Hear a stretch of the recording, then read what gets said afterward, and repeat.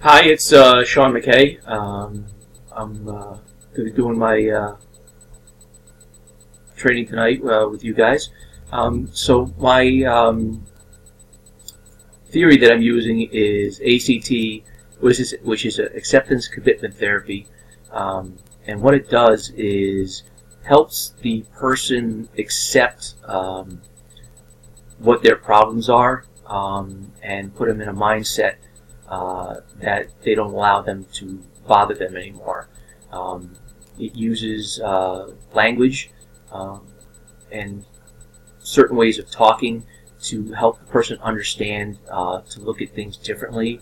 It uses metaphors a lot to help people look at things differently, other than a straightforward way of looking at things.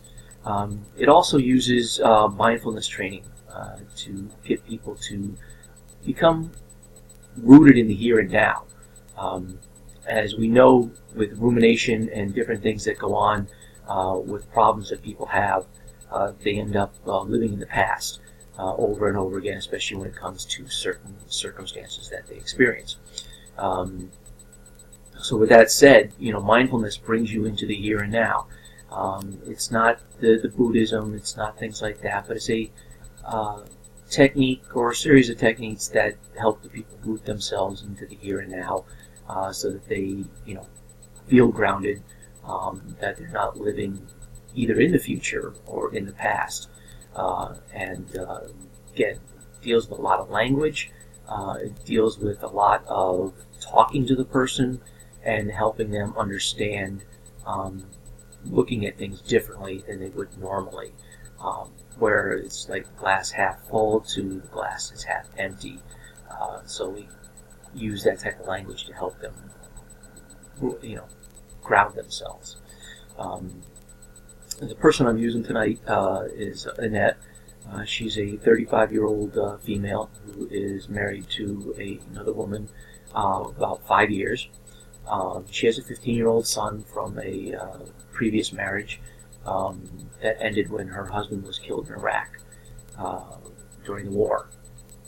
Um, she's an emergency dispatcher in a small city, and which usually either has one dispatcher or two dispatchers at a time, depending on the hours of the day.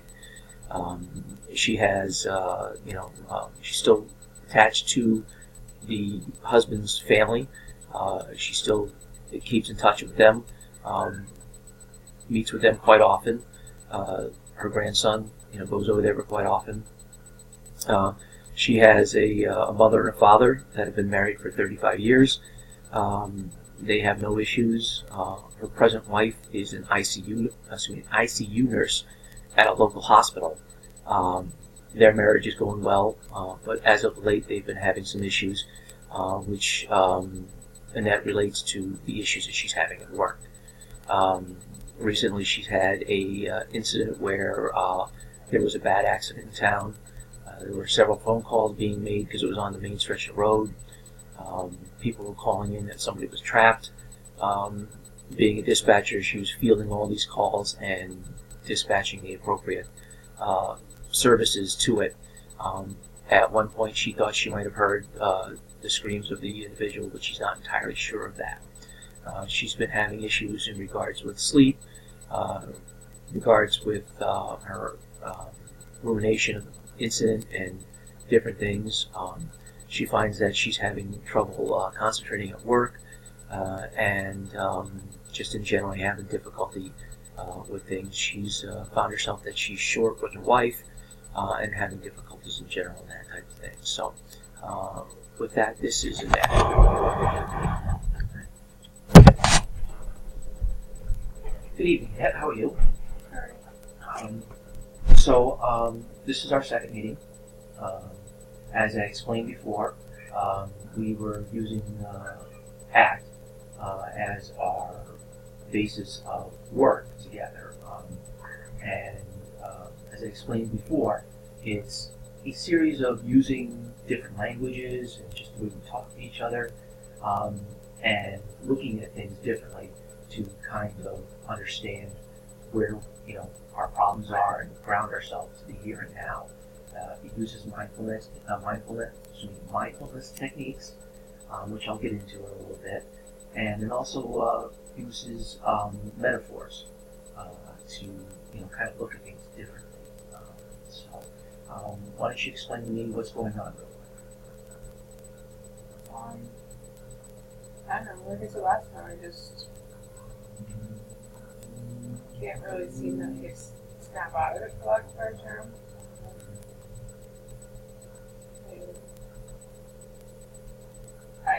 Some nights I fall asleep okay, but then I wake up in the middle of the night. Sometimes I just can't fall asleep at all.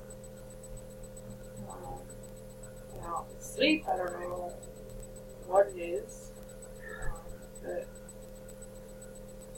it's just affecting everything. It's affecting work, it's affecting my marriage, and the last thing I need to do is lose my wife after I lose my husband. So, I don't know.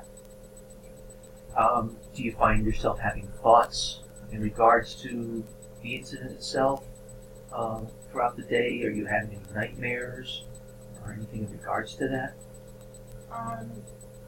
Yeah, I mean, there's definitely a lot of times where it comes up. Sometimes it's because of another call that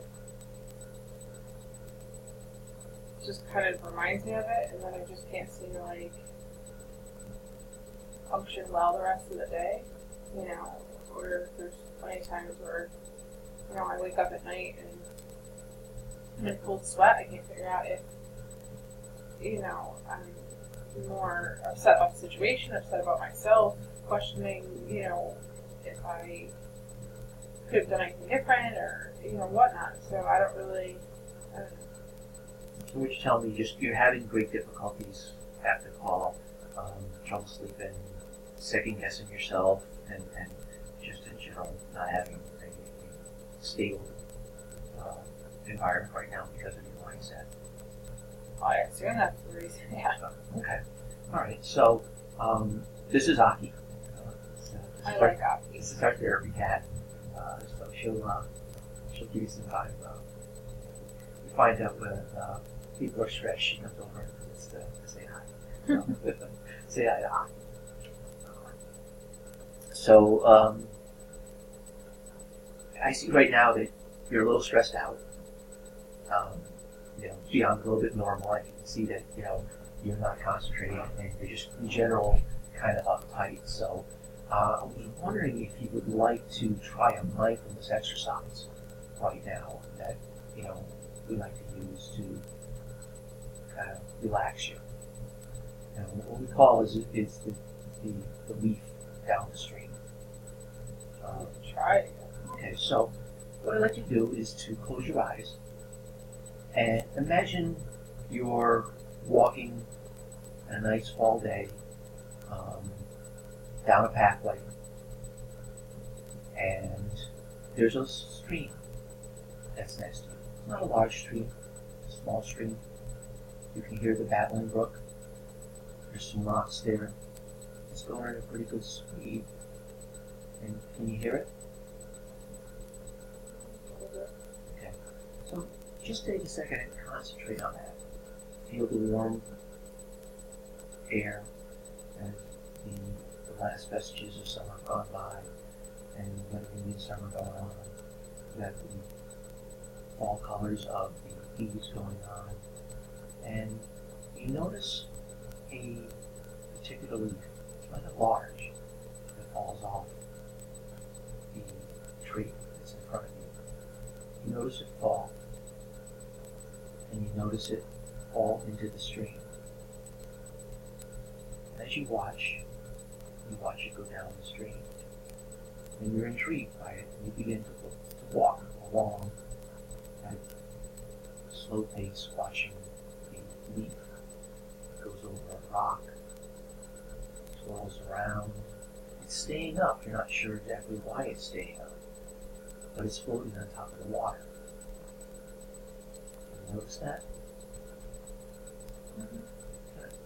So we're going to follow this and keep going. It's going down the stream some more. Goes over some more rocks. And it's just floating on its own. You're wondering why it's not sinking. This is amazing to you. it's going on and on. And it's floating just like a boat would float. Go down, while walking, feeling the wonderful fall air, and noticing again, over and over, it goes over a couple of rocks here and there, and it stays up, and it continues to stay up. Until finally, you run into a large pond, and a leaf floats into the pond. You sit at its edge, and you notice that it continues to float.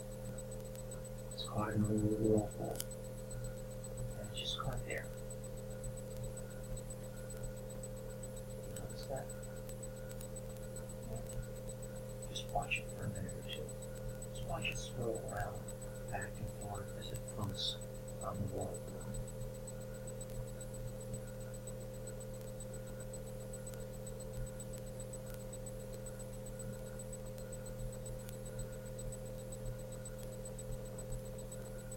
Feel the warm sun. Notice the leaves falling around you. But yet, this one leaf continues in swirl. It's staying there. It's floating amazingly. You don't know why.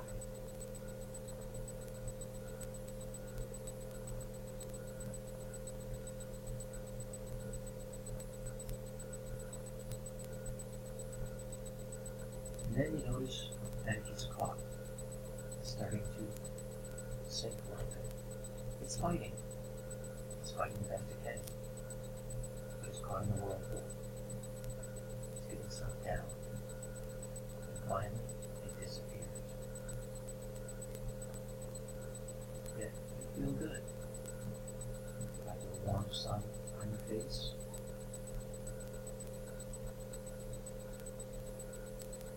You're calm. You're collected. And you feel good.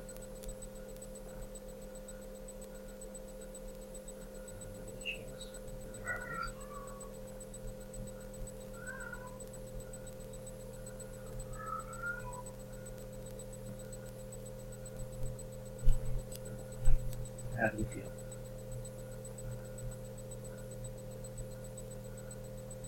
Not bad. I feel this tension is for a second, which I guess I can't complain about. Good. It's not a cure-all.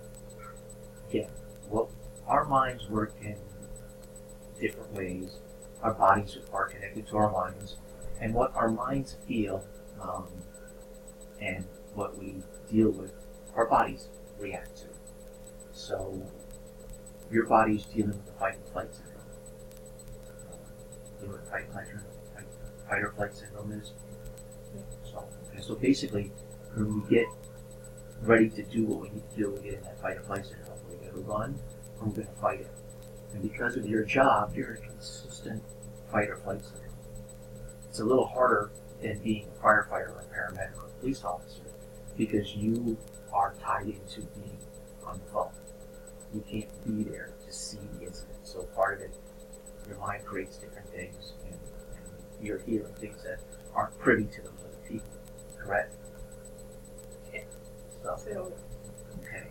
So with that said, the idea is to try and break that fight and flight syndrome that you already do. And the mindfulness technique that we just use is one way of doing it. The other thing to do is maybe some, body scanning. Basically sitting in a nice comfortable chair. You can do it at work. It takes 2 minutes, 3 minutes to do it at work. Sit down, close your eyes, relax for a minute or two, take a deep breath, let it out, and slowly start with each toe and work its way up. And then you work your way up your body, work up the other one,